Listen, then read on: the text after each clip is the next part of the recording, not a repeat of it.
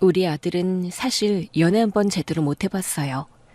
성격이 조용하고 뭐든 신중한 아이여서 대학 때도 도서관이랑 집만 오가고 친구들끼리 MT 가는 것도 다 꺼려했죠. 회사 들어가선 더 심했어요. 야근 많지, 출장은 또 얼마나 잦은지. 아들이 언제 누굴 만나고 어떻게 연애를 하겠나 싶더라고요. 솔직히 말하면 저는 늘 걱정했어요. 혹시 평생 혼자 지내는 건 아닐까? 누구 하나 다가오면 괜히 밀쳐내고 또 상처받고 그러진 않을까? 친척들한테 그 집 아들은 언제 장가가냐는 소리 들을 때마다 저는 그냥 애써 웃으며 넘겼지만 속으로는 한숨이 쌓이고 밤마다 괜히 걱정이 많아졌죠. 그래서 처음 우리 아들이 엄마, 나 결혼할 사람 생겼어. 그 말을 꺼냈을 땐 진짜 꿈인가 싶었어요. 그렇게 아들이 이제야 제 짝을 만났다니 마음 한켠이 시원하면서도 허전하더라고요. 아들이 데리고 온 여자를 처음 만났던 날 저는 묘하게 안심이 됐어요. 예비 며느리는 단정한 인상에 또렷한 말투, 어른 앞에서 허튼 소리 하나 없이 조근조근 얘기하는 예의 바른 친구였죠. 처음 인사로 식당에서 만난 날 저에게 조심스럽게 말을 걸더라고요. 어머니, 괜찮으세요? 오늘 날씨가 많이 덥죠? 에어컨 좀 세게 틀어달라고 할까요? 아니야, 괜찮아. 딱 괜찮아. 아, 다행이에요. 신경 써줘서 고마워. 아니에요. 당연한 건데요. 배려심이 많고 눈치도 빠른 게 느껴졌어요. 처음 만난 날인데도 마치 오랫동안 봐온 사람처럼 어색하지도 않고 편안했어요. 그 후에도 직접 점심을 차려서 식사 대접을 한다길래 아들과 함께 갔어요. 그 친구는 요즘 아이들과는 눈에 띄게 다른 태도를 보였죠. 수저를 들기 전에 먼저 물수건을 꺼내 제 손에 쥐어주었고 제 그릇에 반찬을 덜어주더라고요. 이 고사리 반찬 어머니가 좋아하신다길래 조금 해봤어요. 된장찌개는 제가 끓인 건데 싱거우실 수도 있어요. 네가 이걸 다 직접 했다고? 와, 대단하네. 대단하긴요. 저는 그냥 어머님 식성이 어떤지만 열심히 오빠한테 물어봤어요. 맛있게 드시면 좋겠어요. 그 순간 저는 확신했어요. 그래, 이 아이라면 괜찮다. 우리 아들 곁에서 평생 잘 지내줄 수 있겠구나. 오랜만에 마음이 놓였어요. 그날 밤 돌아오는 차 안에서 아들에게 이야기했죠. 그 애 성격이 둥글고 착해 보이더라. 예쁘게 웃는 것도 보기 좋고 어른한테 예의 바른 게 제일 중요한 거야. 그러니까 내가 결혼을 결심한 거지. 이제야 안심이 된다. 우리 아들이 좋은 사람 만나는 게 엄마 소원이었는데. 또 한 번은 예비 며느리에게 정말 감동을 받은 날이 있었어요. 그날은 제 생일이었어요. 사실 큰 의미 두지 않고 지나가려 했죠. 나이도 있고 집안일에 치이다 보면 어느 순간 그런 날은 그냥 스쳐가게 되더라고요. 그런데 그날 점심쯤 누군가 집에 찾아온 거예요. 바로 아들의 여자친구였죠. 작은 케이크 하나랑 손에 무언가를 꼭 쥐고요. 생신 축하합니다. 생신 축하합니다. 사랑하는 어머님. 생신 축하합니다. 어머, 이게 무슨 일이야? 어머님, 오늘 생신이시잖아요. 깜짝 놀라셨죠? 사실 오빠 몰래 왔어요. 저 혼자 축하해드리고 싶어서요. 어머, 너 이걸 언제? 이건 많이 못 넣었지만 어머님이 꼭 갖고 싶은 거 구입하세요. 오빠가 어머님은 단 걸 잘 안 드신다길래 케이크도 너무 달지 않은 걸로 골랐어요. 아휴, 마음만으로도 충분한데 이렇게까지. 고맙다, 정말. 아니요, 저는 오히려 감사해요. 어머님 덕분에 좋은 사람을 만났고 가족이 될 수 있게 됐으니까요. 작은 거라도 제가 해드리고 싶었어요. 예비 며느리의 말을 듣는데 마음 한켠이 뭉클해졌어요. 딸이 없던 제게 딸 하나 생긴 기분이랄까요? 괜찮은 아이라 생각했지만 그날 정말로 확신하게 됐죠. 이 아이는 진심이구나. 우리 가족이 되려고 마음을 쓰는 아이구나. 그러던 어느 날이었어요. 남편이 아침 일찍 외근을 나가고 저는 집안일을 정리한 뒤 문 밖에 우편물을 챙기러 나갔죠. 광고지 몇 장과 동네 소식지가 있었고 그 사이에 손글씨로 쓰인 흰 봉투 하나가 끼어 있었어요. 앞면에는 제 이름, 그리고 뒷면엔 작게 지은드림이라고 적혀 있더라고요. 어머, 이게 뭐지? 봉투를 열어보니 그 안엔 정갈하게 접힌 편지지 한 장에 담겨 있었어요. 또박또박 눌러쓴 손글씨가 고스란히 담겨 있었죠. 어머님께. 안녕하세요. 지은이에요.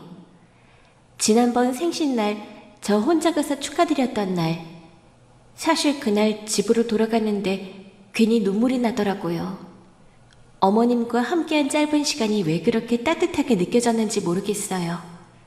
저는 사실 엄마라는 존재가 어렸을 때부터 많이 낯설었어요. 그래서 그런지 어머님이 따뜻하게 웃어주시고 손을 잡아주셨던 그 순간이 참 낯설면서도 감사했어요.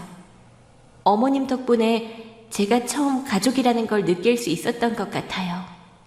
짧지 않은 그 편지엔 저를 향한 고마움이 담겨 있었고 진심이 묻어나는 단어들이 빼곡했어요. 그리고 편지의 마지막에는 이렇게 적혀 있었어요. 어머니께 직접 말씀드리긴 쑥스러워서 이렇게 글로 대신 남겨요. 앞으로 더 잘하고 싶어요.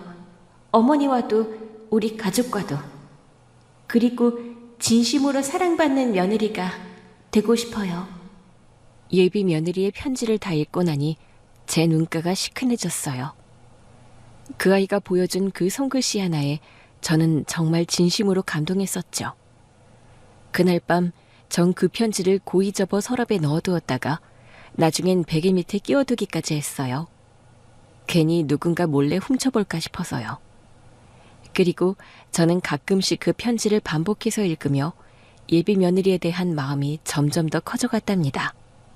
그렇게 결혼 준비도 하나둘 순조롭게 진행됐어요. 예식장도 계약하고 한복 맞추고 양가 상견례 자리까지. 일이 착착 풀릴 때마다 제 마음도 조금씩 가벼워졌죠.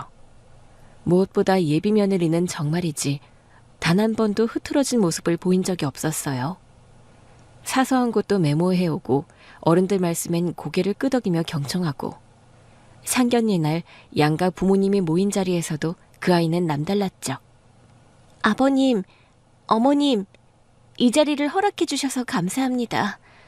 부족한 점 많겠지만 예쁘게 봐주시고 많이 배우겠습니다. 그리고 어머님, 제가 준비한 게 있는데요. 많진 않지만 첫 인사드리는 자리니까 마음만 받아주세요. 그러더니 조심스럽게 가방에서 봉투를 꺼내는데 그게 그냥 봉투가 아니더라고요. 양가 부모님 이름이 각각 적힌 용돈 봉투였어요. 이건 아버님과 어머님 드리고 이거는 저희 부모님. 처음 뵙는 자리라 뭐라도 제 손으로 드리고 싶었어요. 요즘 애들은 이런 거 잘 안 하는데 마음이 참 고맙네. 이런 거 준비 안 해도 되는데. 아니에요. 예쁘게 봐주시라고 뇌물 드리는 거예요. 아이고, 이런 거 안 해도 충분히 예뻐. 그날 저녁 집에 돌아오는 길 남편이 제게 말을 꺼냈어요. 당신 그 아가씨 정말 마음에 들었나 봐. 진짜 보기 드문 아이지 않아? 예의 바르지, 눈치 빠르지. 요즘 애들이 저렇게 어른 챙기기 쉽지 않아. 우리 아들도 사람 잘 보긴 해. 괜찮은 사람 데려왔어. 그리고 그날 밤 혼자 방에 들어가 앉아서는 괜히 웃음이 나왔어요. 내가 이제 진짜 시어머니가 되는구나. 마음이 어쩐지 괜히 따뜻해지는 그런 기분. 그 아이가 우리 집에 들어온다면 정말 잘 지낼 수 있을 것 같았어요. 뭐든 적당히 맞춰가고 한 발 물러설 줄도 아는 그런 아이니까요. 이제 아들의 결혼 준비도 거의 막바지에 다다랐고 저는 주변 사람들에게 청첩장을 돌리기 시작했어요. 오랜만에 지인들에게 연락하니 반갑기도 했고 떨리기도 했죠. 특히 미국에 사는 시동생 부부에게 모바일 청첩장을 보내는 일은 유난히 마음이 쓰였어요. 아들이 장가를 간다는 걸 저 먼 땅의 소식만 전한다는 게 괜히 미안해서 더 정성 들였던 것 같아요. 하지만 그 기쁨은 오래가지 못했어요. 청첩장을 보낸 지 얼마 지나지 않아 동서한테 메시지가 왔거든요. 처음엔 그냥 축하 인사겠거니 하고 화면을 눌렀는데 얘 형님 며느리 될래요? 동서의 메시지를 본 순간 기분이 이상했어요. 축하 인사가 아닌 대뜸 며느리가 될 사람이냐니. 그리고 이어서 동서에게서 전화가 왔어요. 전화를 받자마자 들려온 건 말이 아닌 동서의 깊은 한숨이었어요. 형님, 지금 말로 설명드리긴 좀 어려워요. 이 주소로 가보세요. 형님도 보시면 다 아실 거예요. 도대체 뭘 보고 뭘 알게 된다는 걸까? 동서의 의미심장한 말은 꼭 확인을 해야만 하는 것이었죠. 그리고 역시나 동서가 얘기한 주소를 찾아갔더니 정말 상상하지도 못할 일이 저를 기다리고 있었어요. 도착한 곳은 서울 외곽. 주소가 가리킨 곳은 한눈에 봐도 사람이 오가지 않는 의심스러운 상가였습니다. 차에서 내린 저는 한참을 두리번거리며 주변을 살폈습니다. 여기가 맞나? 정말 이 근처가 맞는 건가? 심장이 자꾸 쿵쿵 뛰었습니다. 건물 외벽은 오래 방치된 듯 회색빛 먼지에 덮여 있었고 1층 유리문 앞엔 간판이 떨어져 나간 흔적만 덩그러니 남아 있었습니다. 건물 앞을 한참 서성이던 저는 옆 가게 앞에서 진열대를 정리하던 문방구 주인에게 다가갔습니다. 저 실례지만 여기가 원래 어떤 상가가 있었나요? 아, 거기 원래 네일숍이었어요. 아, 그렇군요. 그런데 지금은 왜 안 하는 거예요? 저의 물음에 갑자기 문방구 주인은 한숨부터 내쉬며 진열하던 물건을 내려놓았습니다. 에휴, 말도 마세요. 한밤중에 경찰차가 들이닥쳐서 이 골목이 발칵 뒤집어졌었다니까요. 경찰이요? 네일숍 직원 하나가 어느 날 갑자기 여기 네일숍 사장 금고를 통째로 털고 튀었대요. 그것도 한밤중에요. 그날 사장이 가게 문 닫고 집에 가려다가 뭔가 이상해서 돌아왔는데 이미 금고가 열려있고 직원은 없고 경찰 부르고 막 CCTV 돌리고 그날 밤새 난리였죠. 들리는 말로는 꽤 큰 돈이었다는데 지금까지도 못 잡았대요. 이름도 가짜였다고 그러더라고요. 문방구 주인의 말을 듣는 동안 제 손끝이 서서히 떨리기 시작했습니다. 금고를 털고 도망친 직원이라니. 그 말이 끝나자마자 머릿속에 예비 며느리의 얼굴이 떠올랐습니다. 고운 말씨에 항상 공손하게 두 손을 모으며 웃던 아이. 하지만 이상하게도 가슴 한쪽에서는 의심의 마음이 피어오르기 시작했어요. 설마 그럴 리가 없지. 설마 아니겠지. 스스로 그렇게 말하며 애써 부정하고 있었지만 그 설마라는 말이 어느 순간부터 제 안에서 사라지고 있었습니다. 저는 그 뒤로 곧바로 동서에게 전화를 걸었습니다. 형님, 그 아이 예전에 저희 가게에서 일했었어요. 어? 그 친구가? 일했었다고? 언제? 재작년이에요. 저희 네일숍에서 직원으로 있었어요. 손재주도 좋고 손님한테도 친절해서 저도 처음엔 참 괜찮은 아이라고 생각했죠. 무슨 일이 있었던 거야? 어느 날 아침이었어요. 출근해보니 금고가 비어 있었어요. 가게 매출이랑 제 개인 돈까지 싹 다요. 계산장부도 사라졌고 CCTV 돌려봤더니 새벽에 혼자 문 열고 나가더라고요. 동서, 혹시 착각한 거 아니지? 이름이 같은 다른 사람이라든가. 아니요, 형님. 그 얼굴이요. 그 아이 얼굴이랑 똑같아요. 쌍꺼풀도 눈배도요. 절대 아니라고 할 수 없어요. 저 아직도 그날 CCTV 캡처 저장해놨어요. 머리로는 아니라고 부정하면서도 제 안의 어떤 감각은 이미 진실을 알고 있는 듯 했습니다. 그럴 리 없으라는 말이 점점 입에서 멀어지고 있었습니다. 눈앞이 어질어질했어요. 말도 안 되는 이야기라고. 그런데요, 형님. 그 애 그냥 그 정도로 끝난 게 아니에요. 뭐? 그리고 몇 달 후였어요. 우리 교회에서 난리가 났었거든요. 제 지인 아들이랑 결혼한다고 하던 여자가 있었는데 예물 다 받고 청첩장까지 다 돌려놓고는 결혼식 당일에 그냥 사라졌어요. 연락두절. 그 집은 당일에 하객까지 다 왔었는데 신부가 안 나타난 거예요. 뭐? 설마 그 신부가 그 아이라는 거야? 맞아요. 바로 그 여자예요. 예전 우리 가게에서 일하고 금고를 털었던 그 아이. 그리고 그날 결혼식장에서 사라진 여자. 전 절대 착각 아니에요. 형님, 진짜예요. 제가 알던 그 아이와 지금 동서가 말하는 이 사기꾼이 어떻게 같은 사람일 수 있단 말입니까? 그런데 믿고 싶지 않은 진실이 저를 향해 다가오고 있었습니다. 이제 와서 생각해보니 예비 며느리가 왠지 모르게 수상하게 느껴졌던 부분들이 있었어요. 그날은 아들이랑 예비 며느리, 셋이서 예식장 기약을 하러 가는 길이었어요. 우리는 근처 카페에 먼저 들러 잠깐 차를 마시기로 했죠. 그런데 예비 며느리가 가방을 뒤적이다가 지갑을 허둥지둥 떨어뜨린 거예요. 그 순간 지갑이 탁자 밑으로 쓱 미끄러져 들어갔고 저는 얼른 주워주려 손을 뻗었죠. 지갑 안이 열려 있었고 투명한 카드칸에 신분증이 하나 꽂혀 있더라고요. 그런데 순간 제 눈에 걸리는 게 있었어요. 한지수. 신분증에 적힌 이름이 분명 그렇게 보였습니다. 한지수? 순간 마음이 철렁 내려앉았습니다. 어? 지은아, 이거 너 신분증 아니야? 아, 그거요. 그거 제 옛날 이름이에요. 예전에 개명했어요. 법적으로도 다 바꿨어요. 아, 그랬구나. 나도 몰랐네. 개명했었어? 응, 어머님, 제 이름이 한자가 안 좋아서요. 그래서 성인 되면서 바꿨어요. 가끔 헷갈려서 옛날 신분증도 들고 다니긴 해요. 그냥 버리지 못하겠더라고요. 그랬구나. 헷갈릴 수도 있지. 저는 예비 며느리의 그 말에 그냥 웃으며 넘겼어요. 뭐 요즘 개명하는 사람도 많다더니 그럴 수도 있겠지 싶었죠. 그 아이가 거짓말을 할 거라는 생각은 그 순간만큼은 정말 안 했어요. 하지만 그게 처음이자 제 안에 의심이 점차 생겨나던 때였던 것 같아요. 형님, 그 애 제가 일하던 네일숍에 있던 그 애 맞다니까요?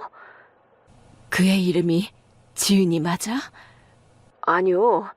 그때는 한지수라고 했어요. 이력서 보면 그렇게 적혀 있었어요. 동서에게 말을 듣는 순간 머릿속이 하얘졌어요. 얼마 전 그 아이 지갑에서 봤던 신분증 이름. 한지수. 분명히 그렇게 써 있었어요. 그땐 그냥 개명이라며 넘겼지만 동서가 말한 그 이름이 딱 그 이름이었단 말이죠. 맞아. 지갑 안에 있던 그 이름. 내가 본 게 맞았던 거야. 거짓말이었어. 그 아이는 처음부터. 하지만 이게 끝이 아니었어요. 또 한 번은 예비 며느리랑 같이 혼수 살 곳도 있어서 단둘이 백화점에 들렸던 날이었죠. 그날도 역시 예비 며느리는 늘 그랬듯 싹싹했고 뭘 사도 어머님 취향에 맞으세요 하며 저를 챙겼어요. 그날도 별다른 의심 없이 예비 며느리와 함께 즐거운 시간을 보내고 있었습니다. 우리는 이불을 고르고 있었어요. 직원이 다른 고객 응대하러 자리를 비우자 예비 며느리가 핸드백을 열더니 핸드폰을 꺼내더군요. 어머님, 저 화장실 좀 다녀올게요. 잠깐만요. 그래, 천천히 다녀와. 그러고는 예비 며느리가 전화통화를 받으며 매장 한쪽으로 빠져나갔어요. 저는 이불을 몇 개 둘러보다가 우연히 코너 안쪽 거울 옆 공간에서 서 있는 예비 며느리를 보게 됐죠.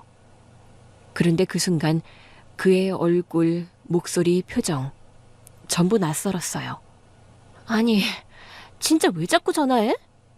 지금 나 어디 있는지 알잖아. 사람 많은 데서 이러면 안 된다고 했잖아. 아니라고. 그 집 분위기 완전 빡세. 조금만 더 참아. 내가 알아서 한다니까? 진짜 짜증나게 하지 마. 순간 몸이 얼어붙는 줄 알았어요. 그 말투, 제가 알던 예비 며느리의 말투가 아니었어요. 평소에 말끝마다 조심조심, 그럴까요? 괜찮으세요? 항상 두 손 가지런히 모으고 오던 그 아이가 지금은 눈매가 확 바뀌고 목소리는 싸늘하게 바뀌어 있었어요. 그러다 제가 무심코 다가가려는 순간 예비 며느리가 획 고개를 돌렸고 저와 눈이 마주쳤어요. 여기 있었네. 화장실 어디 갔나 했지. 아, 네. 전화 한 통만 하고 있었어요. 친구가 갑자기 결혼식 청첩장 때문에 연락 와서요. 어머님, 많이 기다리셨죠? 죄송해요. 아니야, 괜찮아. 그냥 혼자 둘러보고 있었지 뭐. 얼른 저랑 다시 고르러 가요, 어머님. 그 순간도 저는 그냥 넘겼던 것 같아요. 그래, 친구랑 통화할 수도 있고 준비할 게 많으니 예민할 수도 있지. 그렇게 제 마음을 스스로 속였던 것 같아요. 하지만 집에 돌아오는 내내 예비 며느리의 그 말투, 싸늘한 눈빛이 계속 떠올랐어요. 지금 생각해보면 그때 저에게 보여줬던 모든 모습이 전부 꿈인 거였던 것 같아요. 형님, 사실 형님도 그 여자가 뭔가 이상하다고 느끼셨죠? 그랬던 것 같아. 며칠 전 나랑 있을 때 전화 오니까 눈빛이 확 바뀌더라. 말투도 평소랑 전혀 달랐고 그게 아직도 생각나. 그 여자 전에도 늘 그런 식이었어요. 손님 앞에선 천사고 등 돌리면 돌변했죠. 그 얼굴이 아직도 생생해요. 그날의 예비 며느리의 모습이 동서가 말한 그 여자와 너무 겹쳐지기 시작했어요. 이젠 더는 모른 척할 수 없었어요. 설마로 넘겼던 기억들이 아니야 맞을지도 몰라로 바뀌는 순간이었어요. 그날 밤 저는 방에서 휴대폰을 들고 예비 며느리의 프로필 사진을 넘기며 생각에 잠겼어요. 사진마다 환하게 웃고 있는 얼굴. 처음엔 그 미소가 참 따뜻하게 느껴졌는데 이제는 낯설게 느껴지더라고요. 저는 아무래도 직접 확인해야겠다고 생각했습니다. 다른 사람의 말만 듣고 판단할 수는 없었으니까요. 며칠 뒤 아들이 예비 며느리와 만나기로 한 날이었습니다. 저는 아침부터 마음이 복잡해서 밥도 제대로 넘어가지 않았습니다. 그러다 조심스럽게 아들에게 말을 꺼냈죠. 오늘 너 지은이랑 같이 점심 먹기로 했지? 엄마도 같이 가면 안 되겠니? 내가 지은이 밥 사주고 싶어서 그래. 그래. 뭐 어색할 거야 있나? 같이 가요. 식사 약속 장소는 분위기 좋은 조용한 한식당이었습니다. 아들과 저는 먼저 도착해 그 아이를 기다리고 있었죠. 그 아이도 이내 도착해 역시나 밝게 인사했습니다. 어머님, 오랜만이에요. 같이 식사하게 돼서 너무 좋아요. 요즘 많이 바쁘셨죠? 그래, 너도 요즘 정신없었지? 결혼 준비가 쉬운 일이 아니잖니. 자리 잡고 앉아 음식을 주문한 뒤 국과 밑반찬이 하나둘 나왔습니다. 저는 내내 속이 미묘하게 뒤틀리는 기분이었지만 겉으론 웃으며 젓가락을 들었습니다. 여기 김치찌개 진짜 맛있어요. 제가 자주 오는 곳이에요. 그래, 여기 정말 깔끔하다. 아, 어머님, 매운 거 괜찮으세요? 이 집 김치찌개는 조금 칼칼하긴 한데. 괜찮아. 고맙다. 챙겨줘서. 식사 내내 예비 며느리는 싹싹하고 공손했습니다. 반찬을 제 옆 접시에 덜어주기도 하고 고기 반찬을 집어 제 그릇 위에 올려놓으며 말했죠. 이거 어머님이 좋아하셨던 거 맞죠? 지난번에 이 반찬 맛있게 드셨다고 하셔서요. 그래, 기억하고 있었구나. 고맙다. 저는 젓가락을 들면서도 마음속으론 자꾸 생각이 복잡했습니다. 눈앞에 이 아이는 참 예의 바르고 착하고 어른들에게 잘하는 아이였습니다. 그 모습에 잠시 흔들리기도 했습니다. 혹시 내가 너무 의심했나? 하지만 그날 저녁 저는 흔들리는 그 마음을 무너뜨리게 되는 일을 겪게 되었죠. 식사를 마치고 나자 예비 며느리는 핸드백을 챙기려 먼저 자리에서 일어났습니다. 저는 먼저 일어나 볼게요. 친구가 결혼 전에 자꾸만 보자고 계속 난리를 쳐서 잠깐 보기로 했어요. 오늘 식사 정말 감사했어요. 그래, 조심해서 다녀와. 응, 연락해. 그렇게 예비 며느리가 식당 문을 나선 뒤 저는 아들에게 슬쩍 말했습니다. 너 먼저 들어가. 엄마는 근처에 좀 들를 데가 있어서. 어? 어디 가시게요? 그냥 약속 있어. 오래 안 걸릴 거야. 아들은 의아한 얼굴을 잠깐 보였지만 더 묻지 않았습니다. 저는 식당을 빠르게 나와 예비 며느리를 눈으로 찾았고 거리 저편을 걷고 있는 예비 며느리의 뒷모습을 발견했습니다. 그리고 조심스레 따라붙었습니다. 그렇게 한참을 걸어가다 도심 한복판의 화려한 호텔 앞에 멈췄습니다. 그리고 그곳으로 예비 며느리가 들어가고 있었습니다. 저는 주차장 쪽으로 돌아 들어가며 조심스럽게 그녀를 뒤쫓았습니다. 그 아이를 쫓아가며 불길한 예감은 점점 짙어졌고 손바닥엔 땀이 배어들었습니다. 잠시 후 로비 한쪽에서 멈춘 그녀는 핸드폰을 꺼내 전화를 걸더니 누군가를 기다리는 듯 주위를 두리번거렸습니다. 그러다 몇 분 뒤 한 남자가 나타났습니다. 그 남자는 키가 크고 단정하게 차려입은 중년의 인상이었고 예비 며느리는 그를 보자마자 환하게 웃으며 다가갔습니다. 오빠, 나 여기 있어. 그리고 다음 순간 저는 두 사람이 자연스럽게 포옹하는 모습을 목격했습니다.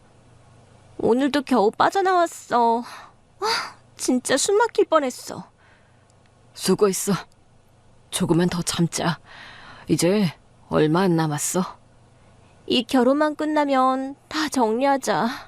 나도 진짜 지쳤어. 그 말을 듣는 순간 저는 숨을 삼킨 채 몸을 돌렸습니다. 지금 내가 들은 게 정말 현실일까? 저는 손을 꼭 쥐며 마음을 다잡았습니다. 이제 더 이상 눈 감고 있을 수 없었습니다. 그리고 그들은 호텔 로비 한쪽, 커튼 뒤에 가려진 소파에 나란히 앉더니 자연스럽게 손을 맞잡았습니다. 그리고 마치 오래된 연인처럼 익숙한 눈빛으로 서로를 바라보며 웃기 시작했습니다. 근데 너 진짜 대단하다. 그 집 아들 완전 홀린 것 같더라. 너무 쉬웠어. 순진한 건지 바보인 건지. 근데 너무 마마보이야. 그래서 내가 그 엄마도 사로잡아 버렸지? 이번엔 정말 마지막이야. 더는 위험하게 굴지 말자. 나도 그래. 이번 것만 잘 챙겨서 싹 다 정리할 거야. 돈은 확실히 챙길 수 있겠지? 그럼 당연하지. 내가 누구야? 그 집에서 신혼집 계약금도 다 해주기로 했어. 예단, 예물, 예식까지. 챙길 수 있는 건 다 챙기고 마지막 날 그냥 사라질 거야. 넌 진짜 천재야. 이번 건도 완벽해. 그치? 이 정도면 이제 진짜 마지막이야. 더는 안 할 거야. 그 순간 저도 모르게 입을 틀어막았습니다. 숨소리조차 새어나가지 않도록 필사적으로 참아야 했습니다. 다리가 휘청였고 식은땀이 등줄기를 타고 흘렀습니다. 저 아이가 제 아들과 평생을 약속했던 그 아이가 지금 저런 말을 하고 있다니. 저는 무릎에 힘이 빠져 한 걸음 한 걸음 뒷걸음질 치듯 호텔 로비를 빠져나왔습니다. 숨이 제대로 쉬어지지 않아 몇 걸음마다 멈춰서야 했고 심장은 귀까지 쿵쿵 울리며 뛰었습니다. 겨우 택시를 잡아타고 기사님께 목적지를 말하려는데 제 목소리는 갈라져 제대로 나오질 않았습니다. 손님, 어디로 가신다고요? 네, 부암동으로 가주세요. 창문에 등을 기댔지만 몸이 자꾸만 흔들리는 느낌이었습니다. 어디에도 무게중심이 잡히지 않은 것처럼 허공에 붕 떠있는 기분이 들었고 눈앞에선 아까 그 장면이 끊임없이 재생됐습니다. 그의 표정, 말투, 손짓 하나하나. 분명 제가 아는 아이였는데 아예 처음 보는 사람 같았습니다. 이렇게 바로 아들에게 말해야 할까? 아니면 수십 가지 생각이 머릿속을 스쳐 지나갔지만 그 어떤 것도 쉽게 선택할 수 없었습니다. 지금 이 사실을 말하면 우리 아들은 얼마나 힘들어질까요? 하지만 아무 말도 하지 않는다면 더 큰일이 일어날 것이 뻔했습니다. 그렇게 밤을 꼬박 보내며 결정을 내렸습니다.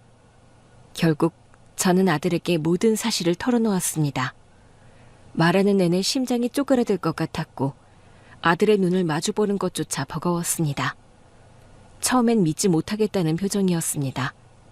그 아이가 그런 사람일 리 없다는, 그간의 시간과 추억을 부정할 수 없다는 듯한 눈빛이었죠. 엄마, 지금 무슨 말 하는 거야? 무슨 소리야 그게? 우리 셋이 밥 먹고 그 아이 먼저 나갔잖아. 그리고 내가 그 아이를 미행했어. 그리고 그 아이가 호텔로 들어가는 걸 봤어. 호텔? 그래서 뭘 봤는데? 그 아이가 다른 남자랑 호텔 로비에서 손을 잡고 포옹하고, 그리고 그런 말을 했어. 이 결혼만 끝나면 우리 새 출발하자고.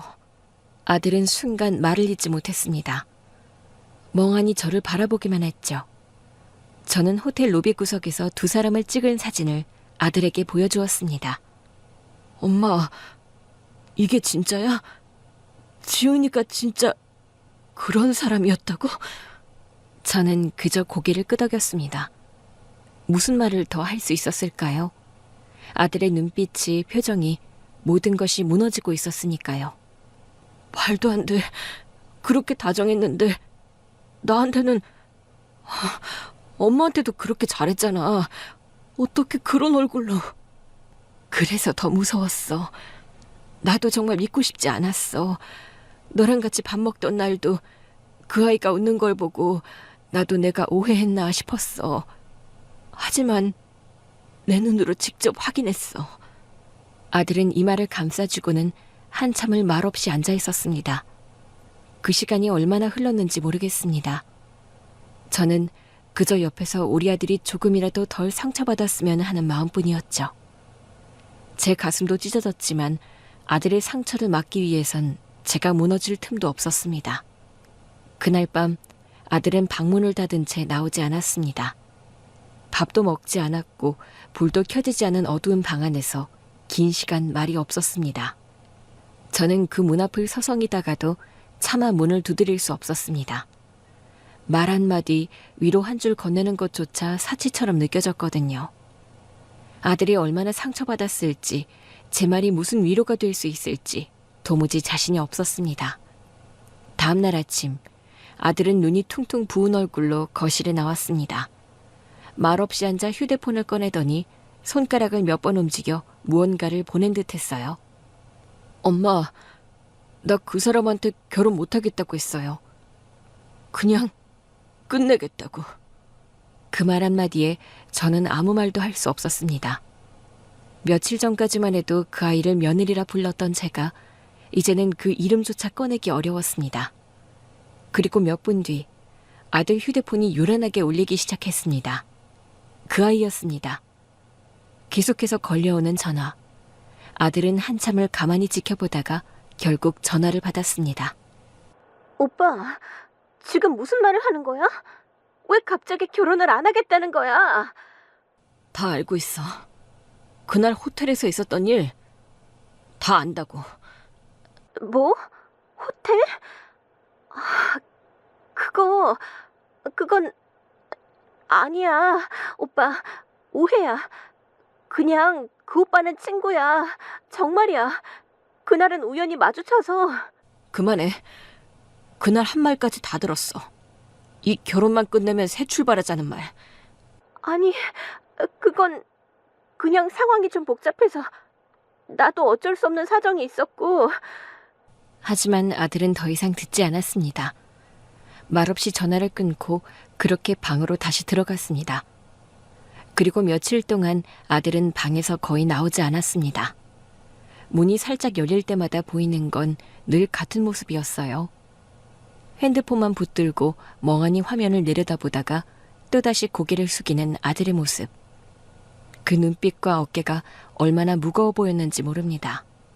제가 꺼낼 수 있는 말이 도대체 뭐가 있을까 싶더군요.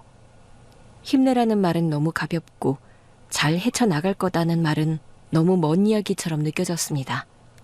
결국 저는 방 앞에 간식이며 따뜻한 물을 조용히 놓아두는 일 외엔 아무것도 할 수 없었습니다.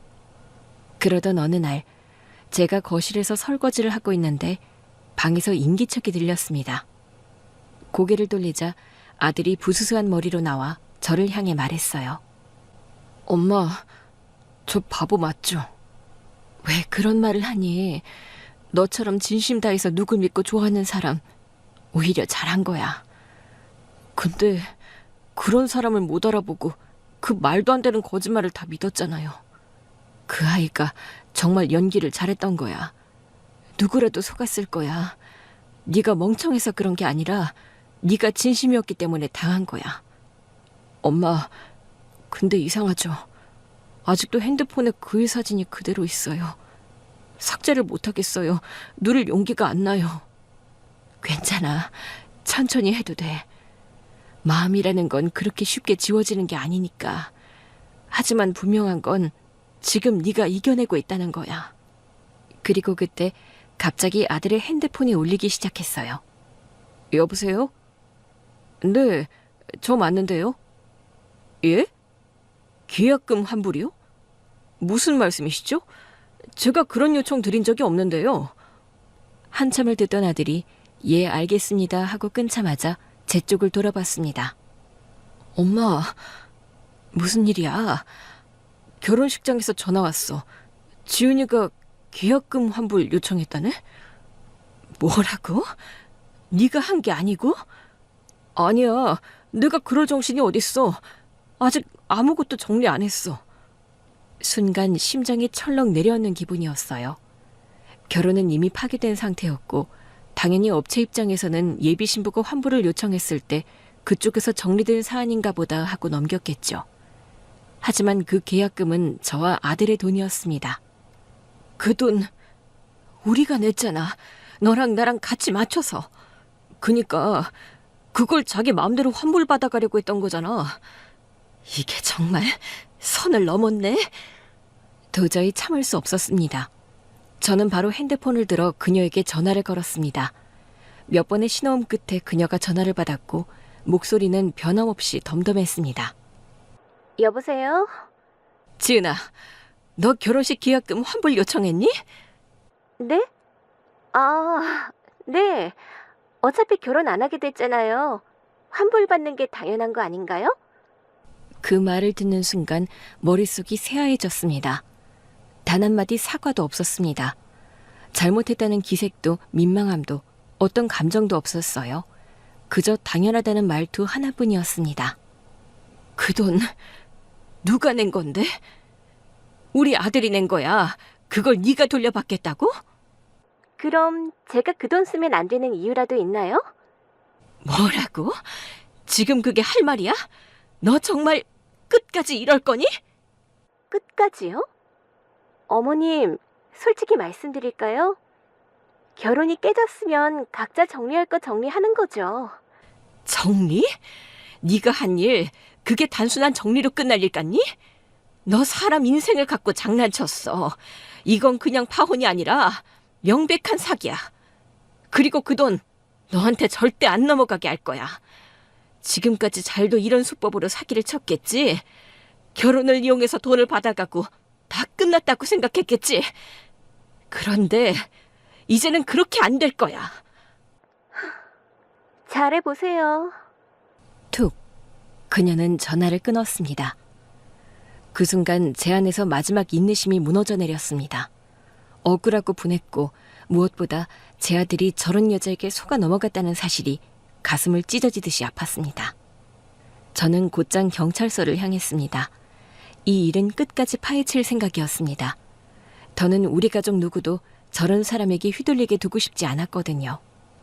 경찰서 민원 청구에 도착해 차례를 기다리는 동안에도 제 손에서는 핸드폰이 떠나질 않았습니다. 그날 호텔 로비에서 찍은 사진, 동서가 보내준 네일숍 사건 관련 증언 캡처까지 모든 자료를 꼼꼼히 정리해 파일로 만들었습니다. 접수 창구에 앉은 경찰관은 제 말을 차분히 들어주었어요. 말씀하신 내용이 사실이라면 결혼을 미끼로 금전을 갈취한 건 사기죄로 충분히 적용 가능합니다. 녹취와 사진 자료도 제출해 주시면 수사에 도움이 됩니다. 네, 여기에 다 있습니다. 그리고 이건 저 혼자만 당한 게 아니에요. 동서도 이 아이한테 같은 피해를 입었고 주변 지인까지 피해자가 더 있었어요. 그 여자 전과도 있을 거예요. 경찰은 자료를 꼼꼼히 확인한 뒤 정식으로 사건을 접수했습니다. 접수되었습니다. 관련자 조사와 신원조회 먼저 진행될 겁니다. 전과 확인되면 바로 입건 절차 들어갑니다. 네, 꼭 진실이 밝혀졌으면 좋겠습니다. 경찰서를 나오는 길에 저는 결혼식 업체에도 바로 전화를 걸었습니다. 안녕하세요. 제가 계약자 어머니인데요. 오늘 환불 요청이 들어갔다는 얘기를 들었어요. 근데 그건 예비 신부가 임의로 한 거고요. 계약자는 제 아들입니다. 지금 경찰 고소 들어간 상황이고요. 이 결혼 처음부터 진심이 아니었어요. 사기였습니다. 아, 예, 고객님. 그런 상황이셨군요. 그럼 저희 쪽에서는 환불 중단하고 경찰 쪽 확인을 기다리겠습니다. 그렇게 며칠 후 경찰서에서 전화가 걸려왔고 저는 곧장 경찰서로 달려갔습니다. 그리고 경찰서에서 그 아이의 전과 기록을 직접 받아들었을 때 저는 잠시 아무 말도 하지 못했습니다.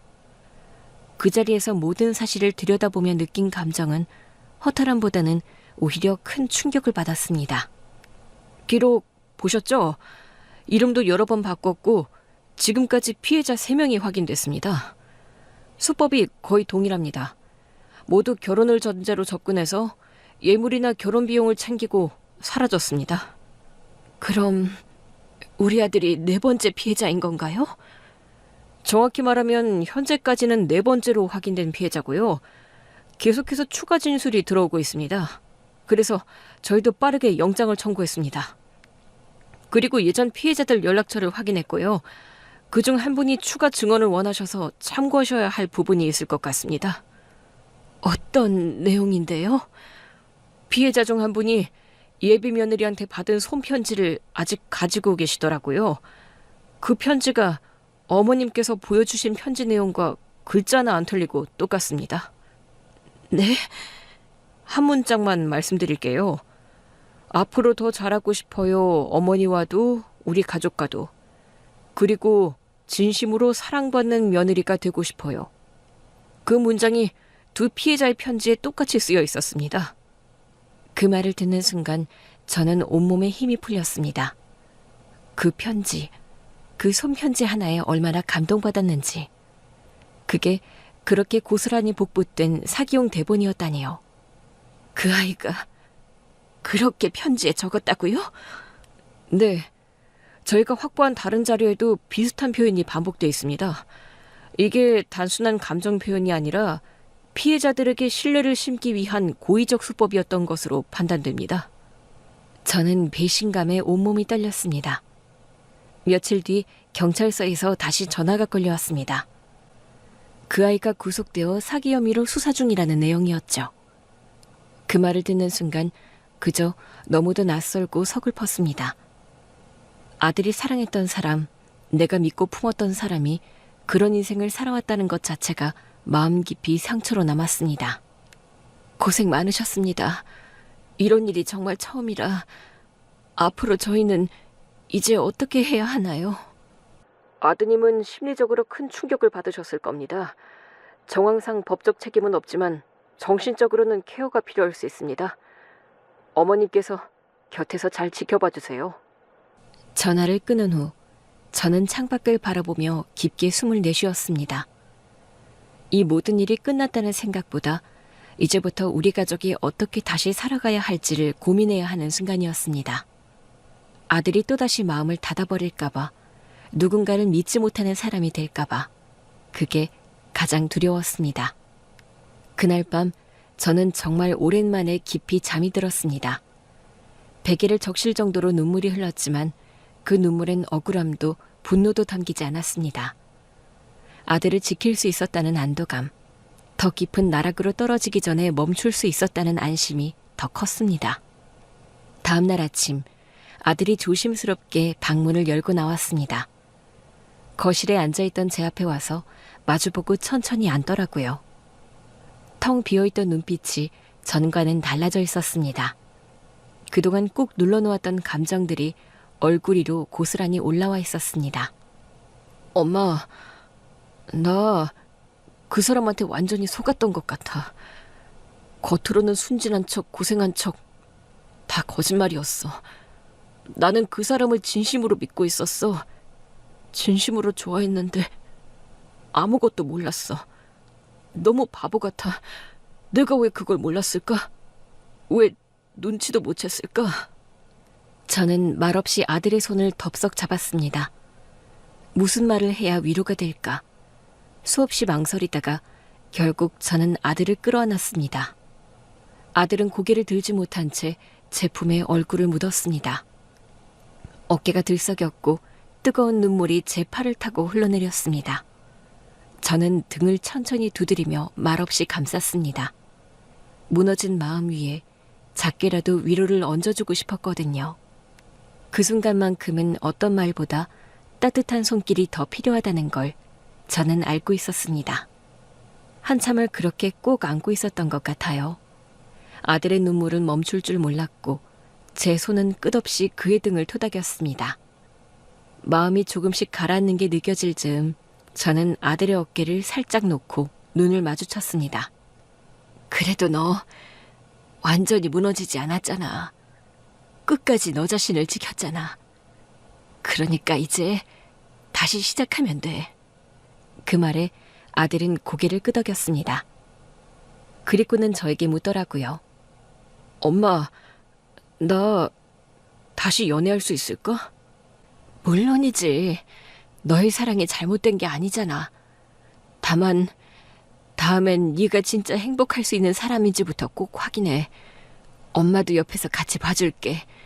이번엔 절대 너 혼자 두지 않을 거야. 아들은 아직 웃지는 않았지만 그 눈빛엔 다시 한번 마음을 열 용기가 담겨 있었습니다. 그날 이후 우리 모자는 조용히 일상을 정리해 나갔습니다. 무너졌던 시간은 상처로 남았지만 그 상처가 다시 덧치되지 않도록 서로가 서로를 끌어올렸습니다. 저희의 삶은 다시 조금씩 제자리를 찾아가고 있었습니다. 그리고 저는 핸드폰을 꺼내 미국에 있는 동서의 이름을 찾아 영상통화 버튼을 눌렀습니다.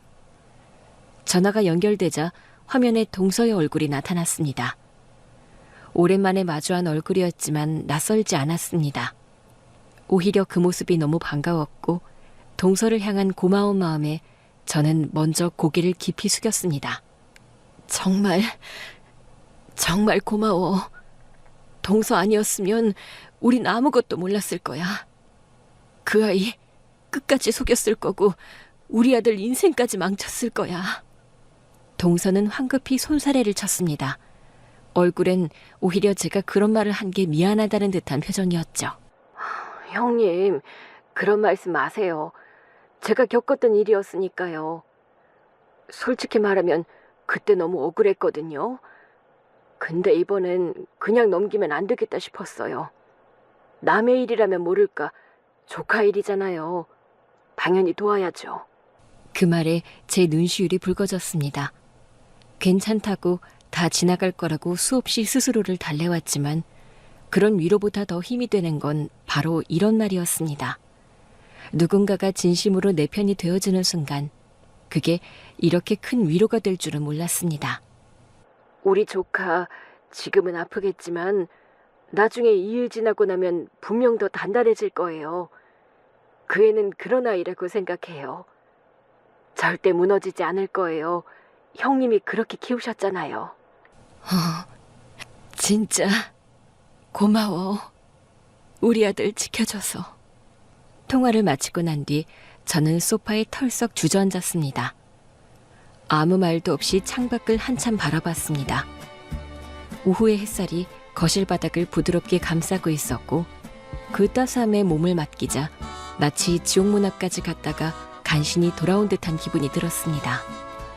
단순한 위기 정도가 아니라 정말 끝까지 갔다가 겨우 돌아온 느낌이었습니다. 그동안 무너졌던 마음, 흔들렸던 믿음, 그럼에도 끝내 지켜낸 가족. 모든 감정이 겹쳐져 숨이 막힐 정도였지만 그 와중에도 감사한 마음이 더 컸습니다. 조용히 눈을 감자 마음 깊은 곳에서 처음으로 안도의 숨이 흘러나왔습니다.